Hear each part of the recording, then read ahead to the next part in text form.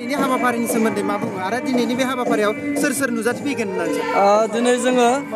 मैया एबा 24 जानुवारियाव भारत सरकार आसाम सरकार आरो बर'नि गुबुन गुबुन माहारियारि आफादफोरजों जा मोनसे गोरोबथा जाबाय बे गोरोबथानि गेजेरजों जोंनि बर'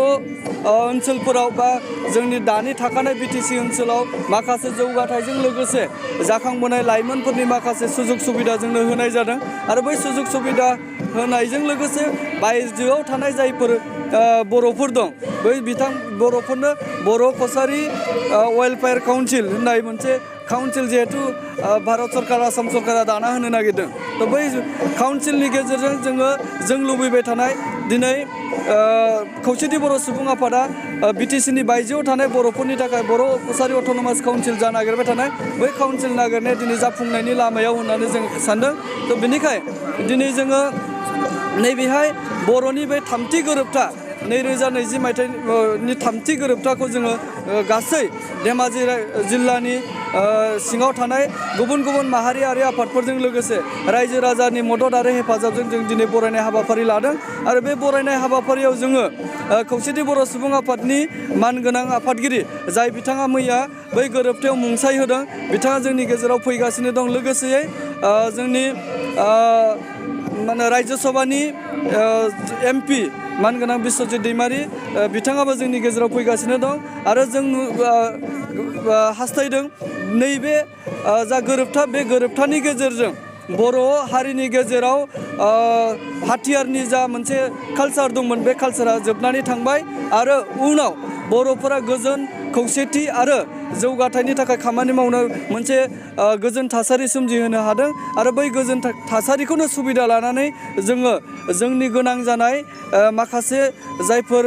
मावनांगौ हाबा थाबाय सुबुं धोन दानांगौनि खोथा थाबाय बैफोरखौ जोङो मावनानै लानो हागोन होननानै जों आसा खालामदों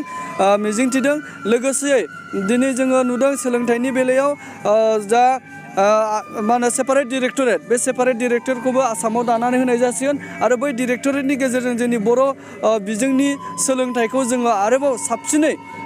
जाहाथे इमप्रुभ खालामनो हायो सोदांनो हायो बेखौनो जोङो बर'नि मोनफ्रोमबो माहारियारि आफादखौ खावलायदों लोगोसे दिनै जोङो बर'नि मोनफ्रोमबो माहारियारि आफादखौ धेमाजि जिल्ला खौसेथि बर' सुबुं आफादनिफ्राय बरायदों साबायखर बावदों दिनै नैबे थासारिसिम लाबोनो हानायनि थाखाय आरो जोङो जोंनि धेमाजि जिल्लानि गासै 20,000सो सुबुंफोरखौ नैबेहाय बाहागो लानो थाखाय जों खावलायदों आरो जोंनि खावलायनाय बायदि रायजोफ्रा लोब लोब फैगासिनो दं आरो दसे समनि उनाव जिहेतु जों समखौ 1 रिंगानि उनावसो जागोन होननानै फोसावखादों जोंनि आलासिफ्रा 2 रिंगायाव सफैगोन आरो बिनि थाखाय रायजोफ्रा फैगासिनो दं आसा खालामदों दिनैनि नैबे बरायनाय हाबाफारिया मोजाङैनो मोजां जाफुंगोन गासैनिबो मदद आरो हेफाजाब होनायनि थाखाय गासैनिसिमबो खौसेथि बर' सुबुं आफाद धेमाजि जिल्लानि जानानै साबायखर बावनाय थाबाय जिहेतु आसामाव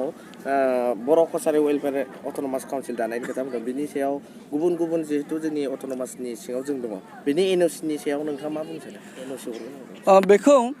गुबुन गुबुन काउन्सिल बुङोब्ला जोङो मिसिं autonomous council Tiwa autonomous council आरो कार्बि अट'नमास काउन्सिलाव जोंनि बर' गामिफ्रा हाबसनजानानै दं आरो बै बर' गामिफोरनि खौ दिहुननो थाखाय आसाम सरकारा गावसोरनो आखायाव लादों लोगोसे जोंनि खौसेथि बर' सुबुं आफाद मिरु आफादखौ लाफानानै सावरायनानै बे हाबाखौ मावफुंनानै होगोन होननानै बिथांमोना जोंनो खोथा होदों आरो जों आसा खालामदों बै अट'नमास काउन्सिलफोराबो जोंखौ मदद होगोन मिसिं अट'नमास काउन्सिलनि मोनसे समनि माने चिफ मानगोनां डक्टर रनज पेगु बिथाङा नाम्बार 1आवनो जुदि बर' कसारी अट'नमास काउन्सिला जायोब्ला बयनिख्रुइ सिगां NOC होगोन होननानै जोंनो खोथा होनाय दङ जोंनियाव दासिमबो ब्लेक एन्ड व्हाइट बेयो फोरमान दङ दा बेबायदि हिसाबै जों आसा खालामदों दिनैनि दिनावबो बिथांमोना जेबो सोलायाखै आरो जोंनो